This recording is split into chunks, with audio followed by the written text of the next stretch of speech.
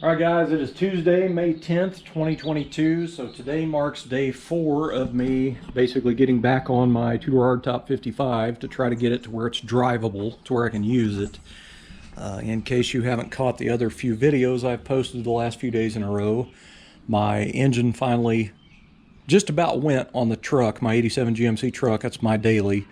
It started getting really low oil pressure, and it's got a pretty loud bottom end knock to it. So I didn't want to immediately go into doing an engine on that truck, having 2 projects here, torn apart cars already. So my idea was to try to finish this up. It's just basically getting this done, finally get it out of the way, and then I will go into doing the engine on the truck. So this is where I was at, because I wanted to rebuild that original engine in that truck. That is a numbers matching all original truck. I mean, and not that it really matters on an 87 long beds, truck, that if the numbers match or not, you know what I mean? But my father-in-law had that truck for years. He bought it in the late 90s, and that truck looked really nice when he first bought it, but he didn't have a carport and he didn't have a garage, so it always sat outside in the sun. So that's why the paint pretty much went to crap on it. It got pretty thin on the bed, and I think they went in and used that duplicolor spray paint you get at the parts store. That's the code number or whatever. And they did the bed sides from the side trim up, and it didn't look too bad. It was a little dull, but it looked a lot better. But now after a good decade or so, it's turned white looking. But anyway, I bought that truck from him a few years ago, and I bought it from him about a year before he passed away. And he was a stickler for originality, so that's why I want to keep that truck original. It still has the jack under the hood. The cigarette lighter and the ashtray has never been used. The owner's manual's in the glove box. I mean, it's just a nice original truck. Still has a factory air cleaner with the air duct on it going to the core support. But it's been a good truck. I mean, I've had to do stuff to it here and there, but everything works on it. All the gauges in the dash, the clock still works, the dual tanks still work. The only thing bad that happened when I first bought it from him, the AC didn't work, and I redone it. One of the hoses was leaking on it, so I replaced the hose set, which was like 80 or 90 bucks if I remember right, and I recharged it with 134, and it's been working fine. And then a few months ago, the bearings started going out on the compressor, and it was about to the point where it was going to seize up, so I went ahead and just took the belt off of it. I do have a new compressor and dryer and O-rings and an orifice tube and stuff over here, so that truck just needs pretty much a basic gone-throughing. Once the engine's out, like, I need to do a lot of stuff. The alternator bearings are growling a little bit, and that is a reman that's been on there for about 2 years. So when the engine's cold, that alternator bearing's squealing pretty good. I don't know if it's the rear one or the front one. I'm hoping it's the rear, because the rear you can put a little grease in it. That front one's a sealed bearing. But I do have one here. I've got an old reman alternator here somewhere. It's a SI-10. But I can take that bearing out of it and put in that SI-12 case, and I may do that to save a little money. But I want to put a new water pump on it. If I'm going to rebuild an engine, I'd rather go ahead and just put the water pump on it. That one's been replaced at one point, but it's really, really rusty from them not painting it before they put it on there. But the transmission needs all resealed. The transmission still works great, but it needs a new seals outside of it. Shift shaft, speedometer, dipstick, front pump seal, tail shaft seal, that type of stuff. So I want to get the trans out, degrease it with a pressure washer, and then reseal it. I'd kind of like to pressure wash the frame rails and spray paint them just black. But there's a little bit of work I want to do to that, but it'll be all new AC and everything when I go back and put it back together. I just didn't want to do anything to that truck right now, having 2 torn apart cars, because I already have to play car shuffle right now just to get my welder out. One of these, like the 4-door body, has to be pulled out of the way so I can get the welder out. So it kind of sucks. So I sure don't want to tear 3 of them apart and then have to play musical cars out here, you know what I mean? But anyway, my parents come over the other day, and my dad goes, "I thought you had a 305 that you built for the 4-door, and I completely forgot about it, sitting over here in plastic." That's a rebuilt 305 HO from an 87 SS Monte Carlo Aero Coupe. It's a short block. I do have the heads here. I just need to finish lapping the valves on one of them, put new seals in and put them together.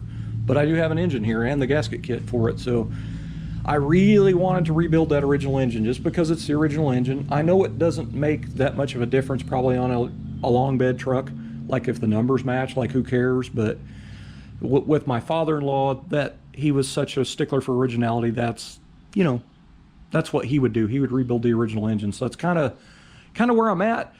But since it doesn't really matter, the truck's going to stay in the family, this one probably wouldn't be so bad. I mean, I'm nowhere near ready for an engine for that 4-door anyway, but I could use this engine and then rebuild that one later for the 4-door.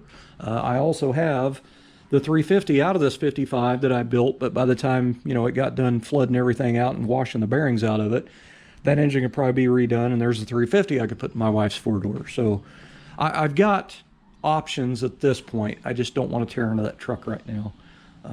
It's kind of the way I'm looking at it is, I am stranded right now, and this will basically get me motivated to get this car done instead of, getting mad at it and then switching to another project. I'll have to stay on it if I want wheels, you know what I mean? If I did the truck, I could probably do all that stuff in about a week's time here. So I would just rather do this part of it, at least have one car done. But so that's where I'm at. That's what I'm going to do. I'm not putting a temporary engine in that truck, doing the air conditioning system and all and charging everything, because if I went back to pull that engine out, it may rupture an AC line or, something, taking everything back apart again, and I'm not going to do it. I'm not doing it twice. I don't need the practice putting small blocks in C10s. So I'd rather one done it and be over it. So with all the stuff that I want to do to that truck, the reality is it's probably going to be about a week, and that's if it's good weather with no rain, because it's all going to be built right there under that carport. So that'll be a cool video series on that anyway. So the 55, if you caught my video I posted last night, got it fired up. It actually fired up with just minimal effort. So I was pretty happy about that. But I got to tell you, I am a little depressed, I guess you'd say. I didn't sleep much last night.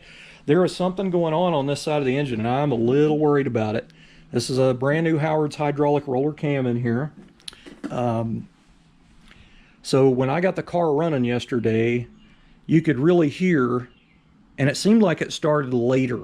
Like I didn't hear it at first. It's like I started hearing it a little bit later, messing with it while it was running. I don't know if it picked it up in the video.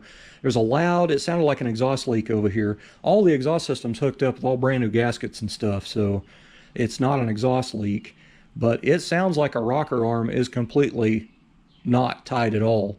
So I thought, well, maybe I missed one. So after I took the valve cover off yesterday and got to looking, I've got the same amount of rocker arm stud to the top of the rocker arm nut. So as loud as that is, it's not a light one, it's loud.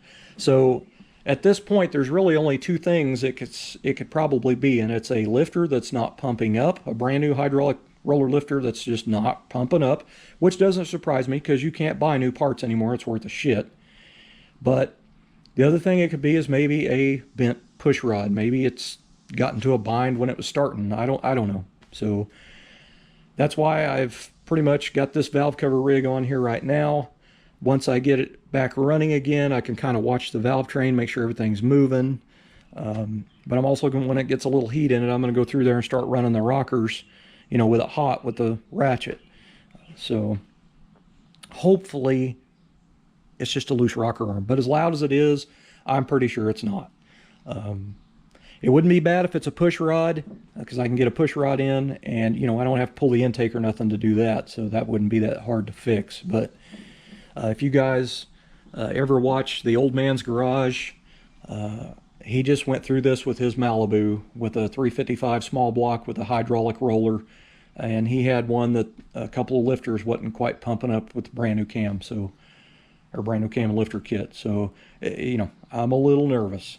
I think his is comp, mine's a Howard's, but so I'm a little bummed about it. I'm a little depressed about it, because I'll have to drain the fluid. If it's the lifters, I'll have to drain the fluid back out of it, pull the intake back off of it, change out the lifters, just at least the pair. It's a roller, and they come as a pair. These do not come off the rail. These are made onto the rail, so you can't replace just one. I have to replace the pair together. So, and who knows if I get another pair, they're not bad, because this is a brand new kit. You know what I mean? So I'm just bummed about it. I did get brand new spark plugs last night, so I'm going to be putting plugs in it. I did pull the distributor out. I'm going to reclock the oil pump so I can get more advance into the distributor. I had the vacuum advance pod on that HEI was touching the intake runner, so I couldn't get any more advance in it, and it needed it. I put old used plugs in it from before when I had all the fuel fouling issues, so it was kind of a dumb move on my part. So I went ahead and got new plugs. I did drain all the distilled water out of it from running it yesterday out of the radiator and the block, and I've refilled it with 50/50 antifreeze and distilled water, so that side of the cooling system's pretty much done. But that's for the plan for today. But man, nothing ever can go smooth for me. It's always a mess. There's always at least something that has to be a mess. And it's always new car bugs. But for me, if you caught the videos from me working on this last year with the 350 in here, that was a nightmare. Golly, I cannot believe that. I had 3 brand new parts at the same time on their first fire up on the engine and me trying to get it running, all the same thing, fuel and ignition related. The brand new MSD distributor did not want to idle. It didn't quite, well, you could tell it wasn't quite hitting on all 8 real good. So I had to turn the idle up on it or keep my foot on the gas to keep it running. The over-the-counter stock replacement fuel pump from O'Reilly's for like a 1979 Chevy 350 block-mounted fuel pump was putting out 8.2 psi to that needle and seat on this demon, and it was flooding through. It was going past and flooding the engine out. So I went down and warrantied out that mechanical fuel pump at O'Reilly's, thinking it was just a bad pump, and put this new one on, and it was 8.2 psi. So I ended up having to put a fuel pressure regulator on it for a stock fuel pump, which is freaking dumb. But anyway, I got it fixed. I think I set the fuel pressure at 6 or 6.2 or something. But so I got it all basically lined out. I had one needle in the jet plate right here, and the tip was broke off in the carburetor, and luckily I got it out of there. But when I use a vacuum gauge every time on my carburetors, but anyway, I set all 4 of them, and I noticed the one wasn't really doing much, so I set the other 3 to match that one. So once I got it replaced, I got to open them up a little bit more. But so now the carburetor is fine. But you know, yesterday I fired it up, and now I got a ticking going on over here, and that one cylinder's running lean, so I'm pretty sure it's the spark plugs. But note to self, don't put fuel fouled spark plugs in your new engine to fire it up. So I was stranded, so I was like, oh yeah, these will be fine. You know, I'll replace them later type of deal. But so that's the plan today. Reset the oil pump, drop the distributor in, change the spark plugs out, and get it started a little bit and let it run a little bit so I can run them rockers over there, and hopefully that's not going to be a fiasco, but I'm pretty worried that it is. So I just checked my mail. The mail lady ran, and I mentioned this in a video a couple years ago on my channel. I am a member of Goodguys, and you old school guys like me that like magazines, this is really one hell of a deal, in my opinion. They're not paying me to say this. I'm just telling you. They have a good quality magazine called the Goodguys Gazette. This is probably one of the best magazines for cars and trucks I have ever seen. It has tech, it has features, it has show coverage, it has ads. I mean, it has everything in it. And you don't get magazines like that at the grocery store that thick anymore. You know what I mean? Now, you have to be a member of Goodguys to get this, and I pay $35 a year to get this badass magazine. So I get 12 issues for 35 bucks. So you do the math. It's a pretty good deal. You get a little, looks like a credit card, but it's a member's card. You get, you know, if you ever go to a Goodguys show, of course you get a discount on your entry fee, basically. Also, you get percentage off on a lot of stuff if Goodguys is a sponsor. But you get the magazine, and that was the main reason I did get the magazine. But you get some stickers too if you're a sticker person. I usually don't like stickers on my vehicles. I did back in the day. Always put, you know, Flowmaster and that type of stuff on the cars, windows, but I don't like that stuff anymore. I don't even have the stickers on the shocks on this car. So I may end up putting one of them little small Goodguys ones right here in the corner. I don't know yet, but just depends. But I thought I'd pass that on because you guys, if you guys are magazine guys, I mean, you can't beat that for 35 bucks a year, man. So you're a member of Goodguys for 35 and you get the magazine, 12 issues for you know, a year's worth of magazines for 35 bucks. It's kind of a no-brainer. But anyway, I'll go ahead and show the truck real quick before I cut the video off. This video's turned into a long one, so I'm probably going to go ahead and post this one. But so this is my 87 GMC, and I've only had it probably, this is what, 4 years now, maybe, I think? 3-4 years. I mean, it's a pretty decent old truck for, you know, its age. Now, he had the headliner done and the seat done at the same time. The carpet's still in decent shape. Even the carpet down here looks new. I cleaned all this, though. But it needs a dash pad. It needs the new chrome vents for the dash. And it's been missing one of these ever since I got the truck from him. And I was always planning on buying a brand new set of these, but I just never have done it. But my overall plan for this truck is to basically just do an exterior paint job on it. I'm just going to pull all the emblems, the mirrors, door handles, wipers, bumpers, side markers, tail lights, that type of stuff, grill, surround, and just respray the outside of the truck. I'm not jamming it. I'm not taking it all apart and painting it piece by piece. I'm just reshooting the outside. The paint got where it was pretty thin on the bed, and this is that Duplicolor spray paint you buy at the parts stores that has the code number, and he bought the code number for this truck. And they spray painted it from the trim up. It actually didn't look too bad. I mean, I had a lot of trash in it. It was kind of dull because it's just that quick dry spray paint stuff, but it didn't look too bad. But over the years it's gotten worse and worse. Now it's pretty much just bleached out white, but I'm just going to respray it back the original gray metallic. Probably put a new pair of tail lights in it. I do have the fuel injection emblem for the back. It's in the glove box. It was about to fall off and I caught it before I lost it, but I'm going to put the new side trim on it that goes on it. New tail lights. I do have the fender emblems. I've got those from a buddy of mine, Joe. He had a set on a front clip at his place. So this is the 305. This is the original 305 truck. This thing still has the catalyst on it. It's in good shape. The jack and everything's still in it. It still has the shield on the windshield washer, which that still works too. I don't know that anything doesn't work on this truck except the engine right now. And the AC, because I took the belt off because the compressor bearings are starting to seize up in it.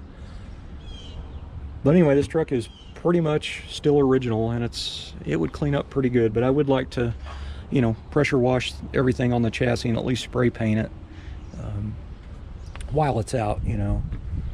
But I need to replace the heater hose back here. This has an old heater hose on it that's getting kind of crunchy, so it needs replaced.